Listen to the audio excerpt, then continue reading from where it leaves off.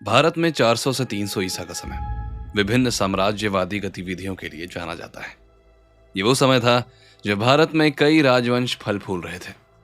इसे भारतीय इतिहास में प्री मौर्यन पीरियड यानी पूर्व मौर्य काल का नाम दिया गया है। 6th सेंचुरी BC भारत में 16 महाजनपद की शुरुआत हो चुकी थी, जिनमें मगध, अंग, काशी, कौशल, अवंती, वत्स, गांधार, कंभोज, छेदी, वज्जी, मल्ला, कुरु, पांचाल, मत्स्य, सूरसेन और अस्सक शामिल थे।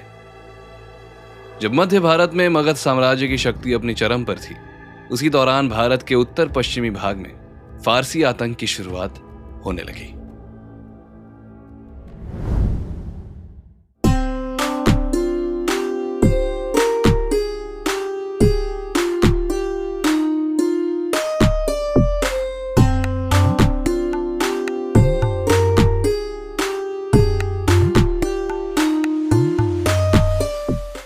Hello and welcome back to India Unveiled podcast. And in this episode, we'll know about the Persian invasion in India. So let's get started. जब मौर्य साम्राज्य मध्य भारत में अपने राज्य का विस्तार कर रहा था, उस समय उत्तर पश्चिमी भाग में अराजकता बढ़ने लगी।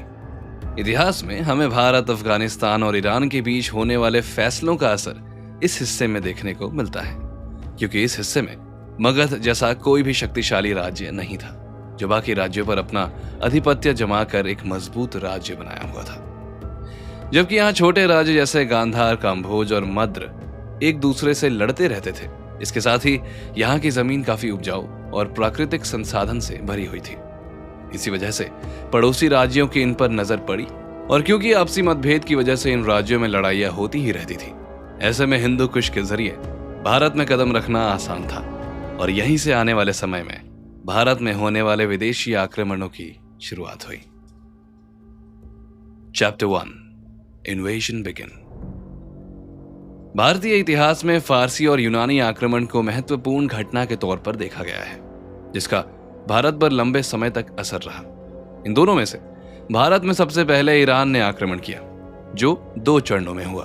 पहला चरण 535 BC 535 BC में हुआ, जब साइरस ने भारत पर आक्रमण किया, और दूसरे चरण में 518 BC में डेरियस ने भारत पर आक्रमण किया। जैसा मैंने शुरू में बताया, भारत के उत्तर पश्चिम भाग के राज्यों में लड़ाइयां होती रहती थी।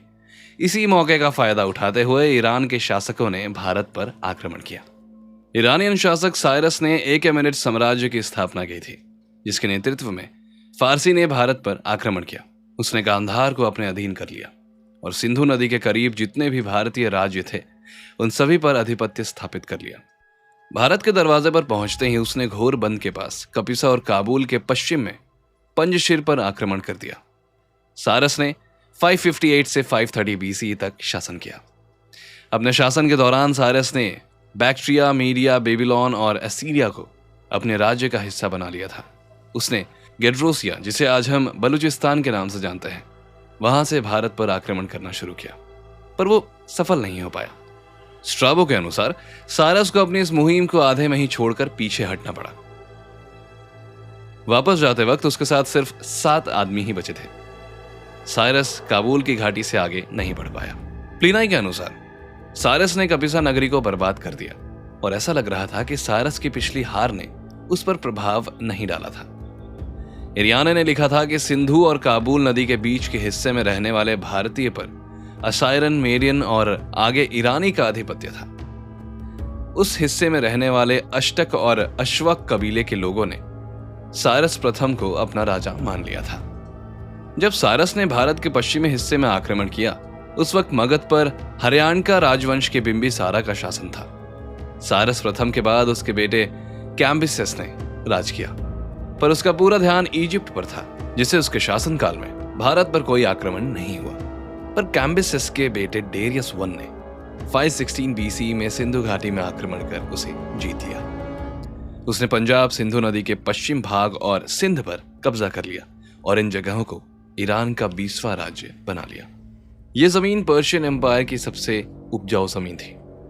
भारत के इस हिस्से से पर्शियंस को 360 टैलेंट्स का सोना भेंट के तौर पर भेजा जाता था। एक टैलेंट लगभग 59 किलोग्राम्स के बराबर होता है, जो एशिया के राज्यों से मिलने वाले खजाने का 1/3 हिस्सा था। टैलेंट्स को पुराने दौर में वजन के एक इकाई यानी यूनिट के तौर पर इस्तेमाल किया जाता था, जैसे आज हम किलो का करते हैं।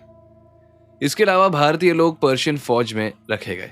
इसमें पैदल, घुड़सवार और रथ पर सवार सैनिक शामिल थे। डेरियस प्रथम के भारत पर आक्रमण करने से भारतीय सुरक्षा में कमी को उजागर किया गया, जिसने आने वाले समय में अलेक्जेंडर यानी सिकंदर के लिए भारत के दरवाजे खोल दिए। डेरियस ने सिंधु नदी के दूसरे छोर पर बसे राज्यों की उन्नति देखने के लिए स्काईलैक्स के साथ अपने नौसेना को भी भेज दिया था। स्काईलैक्स ऑफ कैरियाना एक यूनानी खोजकर्ता यानी एक्सप्लोरर थे, जिन्हें भूगोल शास्त्र में महारत थी, और वो पहले पश्चिमी खोजकर्ता थे जिन्होंने भारत के बारे में बताया था। वो 2.5 साल बाद समुद्र के रास्ते इस्थमस ऑफ हिरुनपोलिस या सुएज पहुंचे थे। उन्होंने भारत भ्रमण के दौरान राजपुताना जमीन तक सारी राज्यों के बारे में जाना। डेरियस के बाद उनके बेटे ज़र्क्सिस ने गांधार और हिदू की राजगद्दी संभाली। ज़र्क्सिस ने यूनानी राज्य के साथ युद्ध के दौरान भारतीयों को अपने फौज में शामिल किया था, लेकिन ज़र्क्सिस के मरने के बाद पर्शियन साम्राज्य का विनाश शुरू हो गया। ईरानियन ने अलेक्जेंडर के आने तक भारत पर राज किया। Chapter 2 effects of Persian invasion. इस आक्रमण ने भारत और ईरान के बीच व्यापार के लिए रास्ते बना दिए। अब भारतीय व्यापारी ईरान के दूर दराज इलाकों में अपने सामान बेच सकते थे। भारत और ईरान के बीच का संबंध करीब 200 साल तक रहा। इसके सबूत उत्तर पश्चिम राज्यों में मिलने वाले ईरानी सिक्कों से मिलते हैं। विदेशी लोग जैसे यूनानी, फारसी और तुर्क राज्यों के लोग भारत के उत्तर पश्चिम में आकर बसने लगे, और आने वाले वक्त में वो भारतीयों के साथ पूरी तरह से रहने लगे और कई आक्रमण भी किए।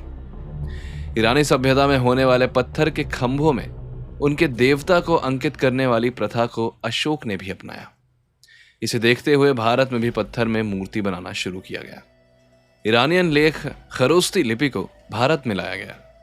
मौर्यन काल की मूर्ति और इमारतों की बनावट में ईरानी सभ्यता का बहुत ज्यादा असर देखने को मिलता है। अशोक के समय से इस्तेमाल होने वाले शब्द लिपि भी फारसी शब्द दिपि से लिया गया है। ईरान के आक्रमण ने भारत पर काफी गहरा प्रभाव डाला था। ईरानियन की वजह से ही यूनानियों को भारत की समृद्धि के बारे में पता चल गया, जिसने उनकी लालच और जगाई और अलेक्जेंडर ने भारत पर आक्रमण कर दिया। 400 BC में यूनानी और फारसी के बीच दुनिया पर जीत हासिल करने के लिए युद्ध हुआ, जिसका नेतृत्व सिकंदर ने किया था। आखिर यूनानी फौज ने ईरानियन साम्राज्य को बर्बाद कर दिया। अलेक्जेंडर ने एशिया माइनर और इराक के साथ ही ईरान पर कब्जा कर लिया और भारत पर अपनी फौज लेकर बढ़ गया।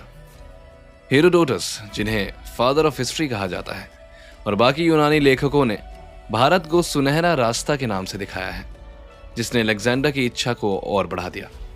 ईरान पर जीत हासिल करने के बाद अलेक्जेंडर काबुल की ओर बढ़ा, जहां से उसने 326 यानी 326 BC में खैबर के रास्ते भारत में प्रवेश किया। आपको हमारा पहला एपिसोड तो याद ही होगा, जहां मैंने अलेक्जेंडर और पोरस की लड़ाई के बारे में बताया था। अलेक्जेंडर ने पोरस के साथ मिलकर उसे उसी के राज्य का एक अधिकारी बना दिया। यूनानी इतिहासकार एरियन बताते हैं कि युद्ध की नीतियों में उस वक्त भारत से बेहतर कोई राज्य नहीं था। तो ये थे कुछ insights Persian invasion in India के। आई होप आपको ये एपिसोड पसंद आया होगा। अगर आपको ये एपिसोड पसंद आया, आपको कुछ नया सीखने मिला, तो आप इसे शेयर कर सकते हैं अपने फैमिली एंड फ्रेंड्स के साथ। इंडिया अनवेल्ड पॉडकास्ट को रेट कीजिए, रिव्यूज दीजिए और अपने क्वेश्चंस जरूर लिखिए Q&A सेक्शन में। मैं मिलता हूं आपसे अगले एपिसोड में। Till then, take good care of your health. This is Rakesh signing off from India unveiled podcast. Thank you for listening.